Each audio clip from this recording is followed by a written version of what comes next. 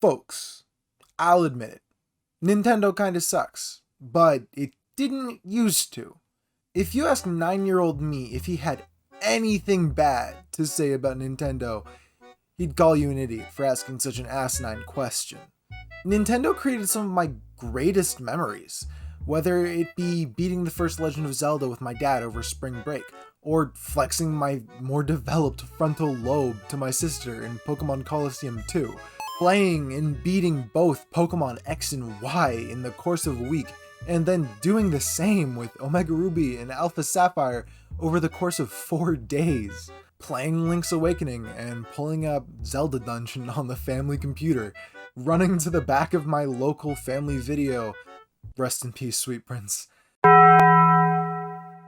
and grabbing a copy of a DS game for the weekend, or you get the point. In a few words or so, you could say Nintendo is pretty swag. Nintendo just made great games, and it still does. It just shows a lack of attention and knowledge of commonplace practices that have developed over time.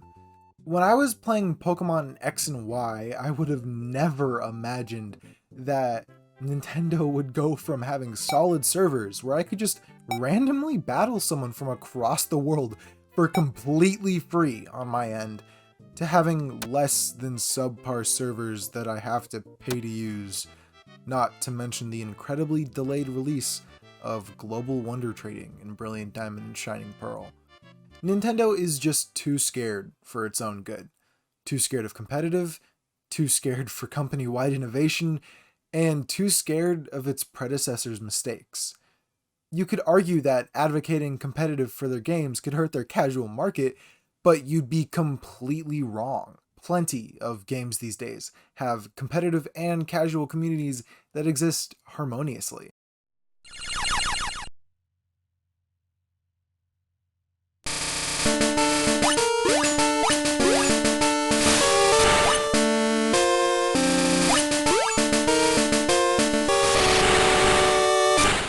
Pokemon is a game with thriving communities on both ends, and to be honest, the two sides don't seem to pay much mind to each other.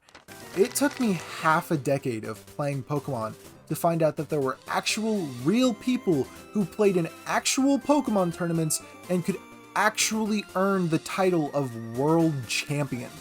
Do you know how sick it is to a Pokemon fan that they could become a real life champion?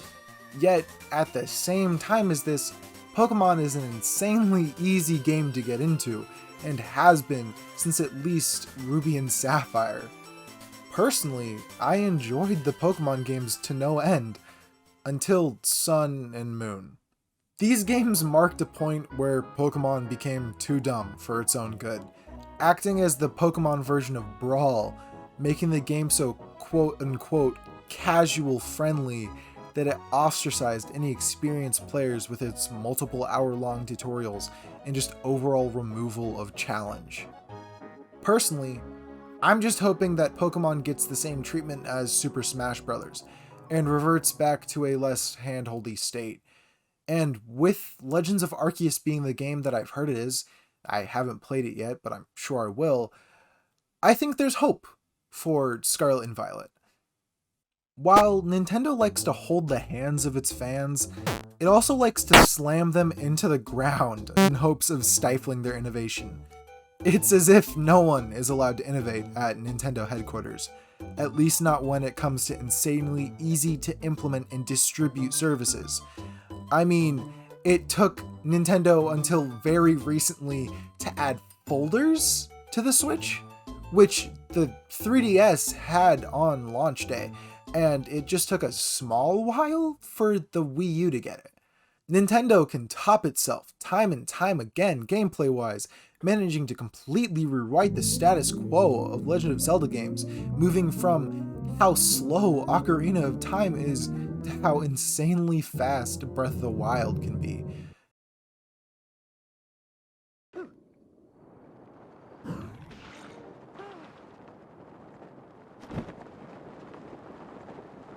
But can't manage to make Nintendo Online actually viable. Everyone knows it's garbage, and everyone knows that one dude made an insanely more functional and free software for a 2-decade-old game. All I'm saying is that Nintendo could obviously do better. It's honestly surprising that Nintendo isn't already doing better, seeing as that used to be their shtick. After the fall of Atari, the Nintendo seal of approval is something that they had a mentality of pride about to keep themselves afloat, and the gaming world in America afloat along with it. But it seems to be missing every now and then these days. Because of this idea, they've shut down the creations of fans in fear of them dragging their name in the mud, but it seems they're doing a good enough job themselves. From shutting down the selling of Joy-Cons made in Edica's memory, to constantly throwing dirt in the eyes of one of their most loyal and dedicated fan bases, Nintendo doesn't need anyone else to do that for them. I just missed that feeling of waking up Christmas morning and pulling a 3DS and a copy of Ocarina of Time out from under the Christmas tree, being blissfully unaware of what would become of Nintendo. But maybe there's a chance Nintendo will get its shit together someday.